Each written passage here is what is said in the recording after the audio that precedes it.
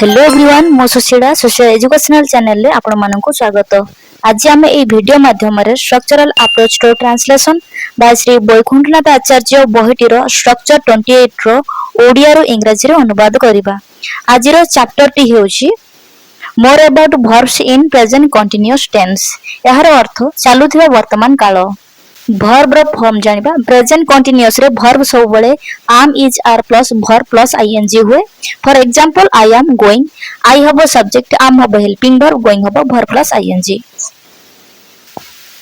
वर्तमान जानिबा present continuous tense केते बळे व्यवहृत हुए। प्रथमे एबे चालुथिबा काम। For example I am studying now। यार अर्थ मु एबे पढु अछि। बी नंबर अस्थायी काम ପାଇଁ भी व्यवहृत हुए present continuous tense. For example he is living in Delhi this month.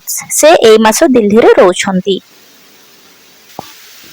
से पर निश्चित भविष्यत योजना ପାଇଁ वी आर लिविंग टुमारो आमे काली जाउछो। बारंबार हेउथवा विरक्तिकर काम प्लस ऑलवेज। एग्जांपल देखिबा सी इज ऑलवेज कंप्लेनिंग। से सब बेले बुझो करथाय। वर्तमान स्पेलिंग रोल जानिबा। साधारणतः रीड रे आमे आईएनजी फॉर्म जो कले हबो रीडिंग, प्ले रे आईएनजी फॉर्म जो कले हबो प्लेइंग। सेही परी मेक रे जदि आमे आईएनजी फॉर्म जो करबे ई को हटे के आमे आईएनजी फॉर्म लगेबा। मेक हबो मेकिंग। सेमती राइट लिखाई छी ई को आमे कट देकी हबो राइटिंग। 3 नंबर पॉइंट गोटे वोवेल प्लस गोटे कॉन्सोनेंट। फॉर एग्जांपल लिखबा run over running, sit sitting. 4 number point I को वाई करो। lie रो lying, die रो dying। वर्तमान नेगेटिव और क्वेश्चन वाक्य किपरि गठन करा जाय जानिबा। Type of sentence positive structure होबा subject plus is, am, are plus verb plus ing। For example he is sleeping. Negative sentence subject plus is, am, are plus not plus verb plus ing। For example he is not sleeping.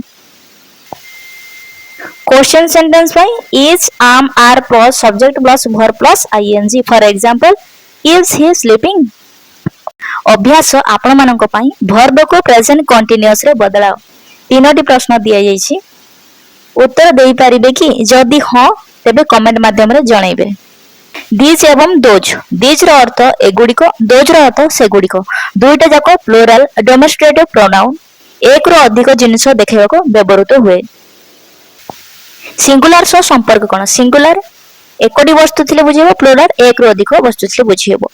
Singular plural this होची singular number, तार plural number हबो these. सेही परे that हबो singular number, तार plural number हबो those. आमे मन रखिबा उचित वर्ब सब बडे प्लुरल थिले दिस किबा दोज परे आर ओआर हैव आसीबो। इज वाज हैज नोहे। वर्तमान बहिरे थिबे एग्जांपल गुडा पढिबा एवं बुझिबा, ता सहित ओडिया वाक्य गुडी इंग्रजी रे अनुवाद करिबा। एगुडी सब बही दीज आर ऑल बुक्स। ए सब आम बही दीज आर आवर बुक्स। आम्भे माने आम्भ मानक बही पढु अछु। We are reading our books. सेगुडी को सब आंब। Those are mangoes. से सबु तुम आंब। Those are your mangoes. तुमे तुम आंब गुडी को खाउछो। You are eating your mangoes.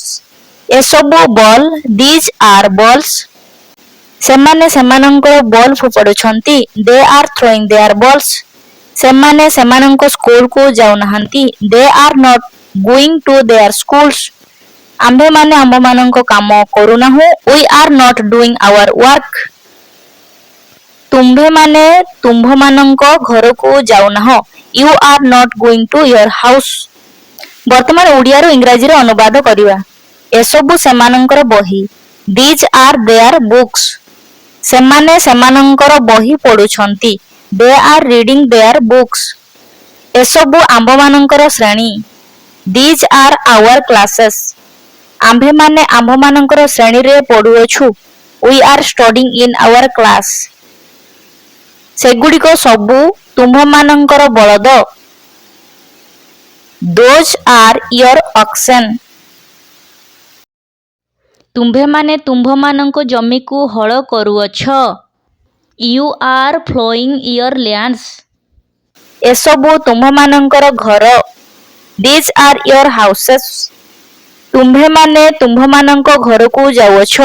You are going to your houses.